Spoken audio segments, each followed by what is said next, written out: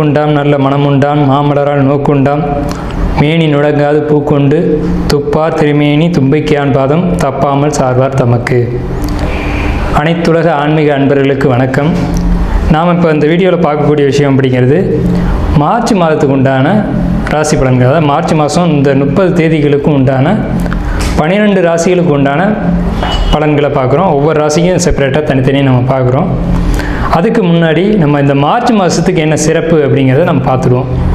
March மாதம் அப்படிங்கிறது என்னன்னு கேட்டிங்க அப்படின்னா, முதல்ல நம்ம தமிழ் வருடத்தின்படி மாசியும் பங்குனி, அதாவது மாசியில் 15 தேதிகளும் பங்குனி மாதத்தினுடைய ஒரு 15 தேதிகளும் உள்ளடக்கிய ஒரு மாதம்தான் நம்ம ஆங்கில மாதத்தில் மார்ச் மாதம் அப்படின்னு சொல்கிறோம். இந்த மார்ச் மாதம் எப்படி அப்படின்னு கேட்டிங்கன்னா, குளிர்காலம் முடிந்து கோடை காலம் துவக்கமா அப்படின்ற ஒரு அமைப்பில் வரும். இது பின்பனி காலம் அப்படின்னு தமிழில் சொல்கிறோம். ஆனால் இது கோடை காலமாக தான் நமக்கு தெரியுது. ஏன்னா இந்த பனிக்காலம் முடிஞ்சதுக்கப்புறம் கடுமையான குளிருக்கு அப்புறம் வரக்கூடிய கடுமையான வெயில் காலமாக நமக்கு இயல்பாக தெரியுது.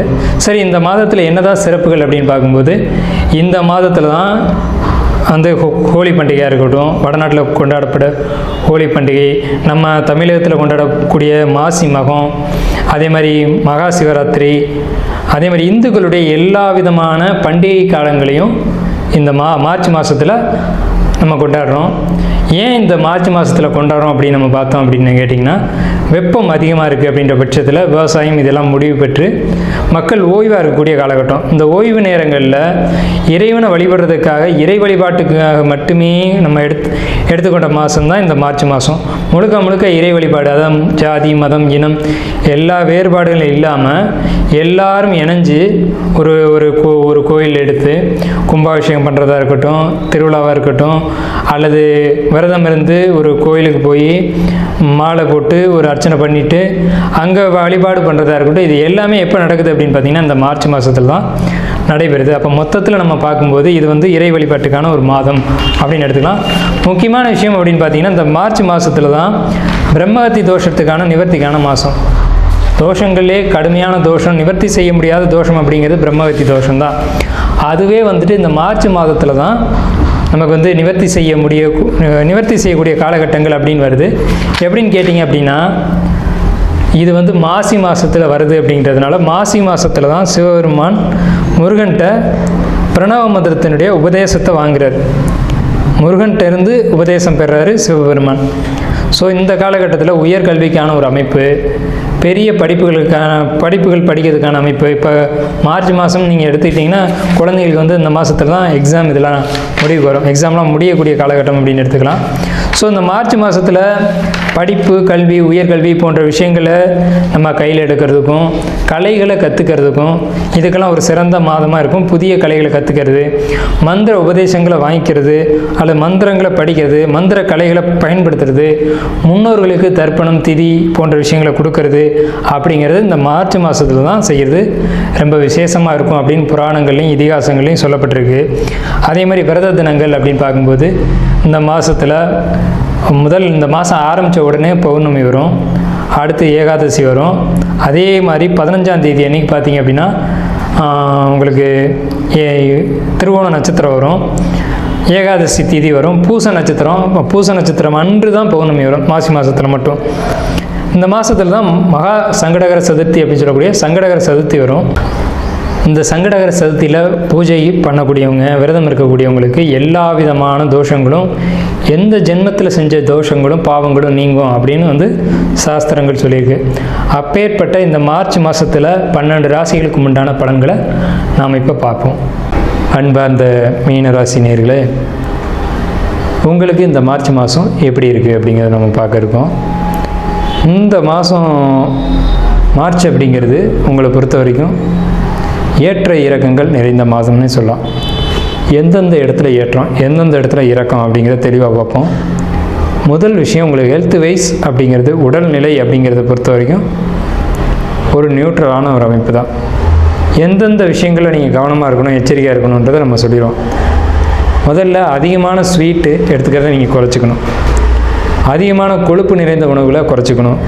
அடுத்தபடி பார்த்தீங்க அப்படின்னா அவுட் சைட் ஃபுட்டு கண்டிப்பாக அவாய்ட் பண்ணணும். பேக்கரி ஐட்டம் நீங்கள் சாப்பிடவே கூடாது.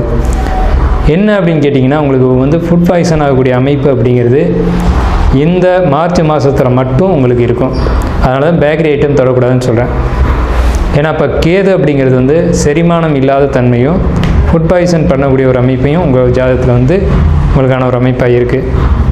உணவு செரிக்காமல் ஃபுட் பாய்சன் ஆகும் அப்படிங்கிற ஒரு அமைப்பு இருக்குது. திருமண வாழ்க்கையை பொறுத்தளவுக்கு திருமணம் இல்லை அப்படின்னு சொல்லக்கூடியவங்களுக்கு மார்ச் மாதம் வரன் தேடுங்க.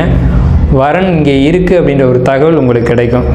திருமணம் ஆகும்னு சொல்கிற திருமணத்துக்கான நல்ல செய்தி கிடைக்கும்னு தான் சொல்லியிருக்கோம், சரிங்களா? ஆனால் உங்களுக்கு வரன் நிச்சயமாக ஒரு நல்ல இடத்துல வந்து வரன் இருக்குது அப்படின்ற செய்தி மட்டும் உங்களுக்கு கிடைக்கும் இந்த மீன ராசிக்கு மார்ச் மாதத்தில்.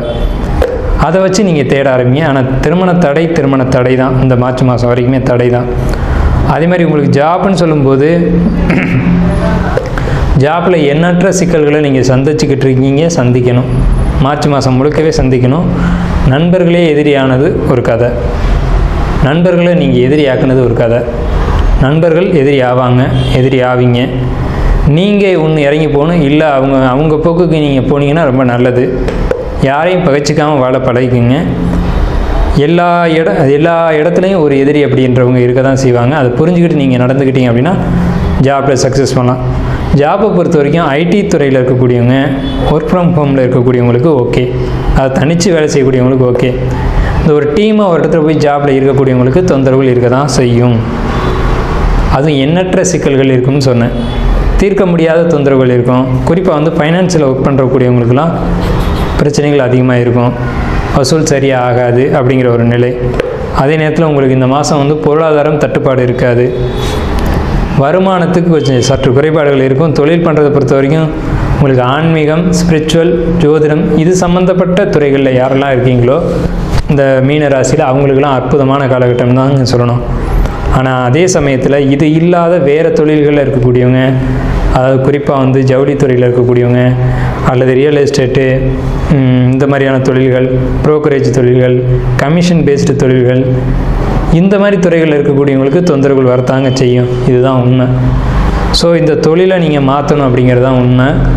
ஸோ இந்த தொழிலை மாற்றினீங்க அப்படின்னாவே எல்லாம் தொழிலை மாற்றணும் அப்படின்னா இந்த தொழிலில் நீங்கள் உங்களுடைய யுத்திகளை மாற்றணும், டெக்னிக்கை மாற்றணும். எப்படி பண்ணால் இதில் வந்து வெற்றி கிடைக்கும், ஒன்று இடம் மாற்றி பார்ப்போமா இல்லை யுத்திகளை மாற்றி பார்ப்போமா அப்படின்ற முடிவுக்கு நீங்கள் வரணும்.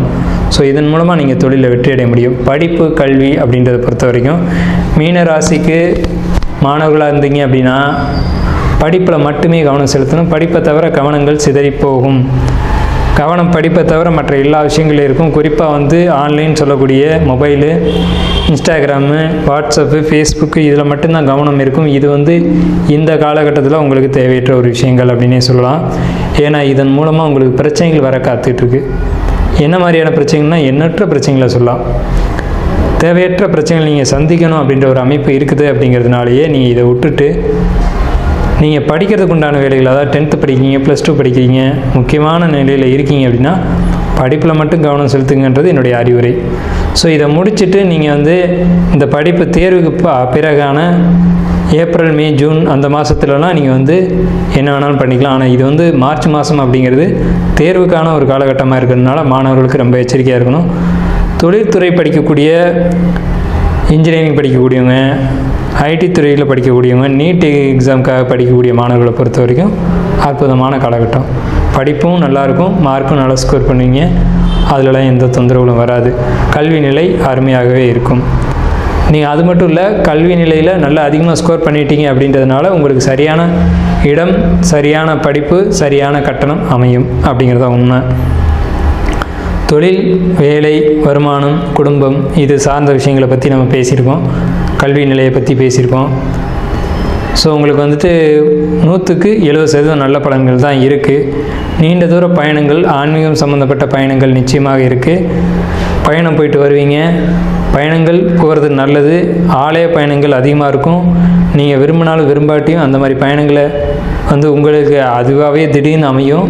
அது மாதிரி நீங்கள் அமைச்சுக்கோங்க, போயிட்டு வாங்க. ரொம்ப சிறப்பான ஒரு பலன்கள் இருக்கும். இப்போ நம்ம சொன்னது எல்லாமே பொது பலன்கள் தான். உங்களுடைய தனிப்பட்ட ஜாதகத்துக்கு பலன் தெரிஞ்சுக்கணும் அப்படின்னு நீங்கள் ஆசைப்பட்டீங்க அப்படின்னா கீழே தெரிகிற நம்பருக்கு நீங்கள் கான்டாக்ட் பண்ணி நம்மக்கிட்ட எப்போ வேணாலும் பலன் கேட்டு தெரிஞ்சுக்கலாம். வாழ்த்துக்கள். வாழ்க வளமுடன்.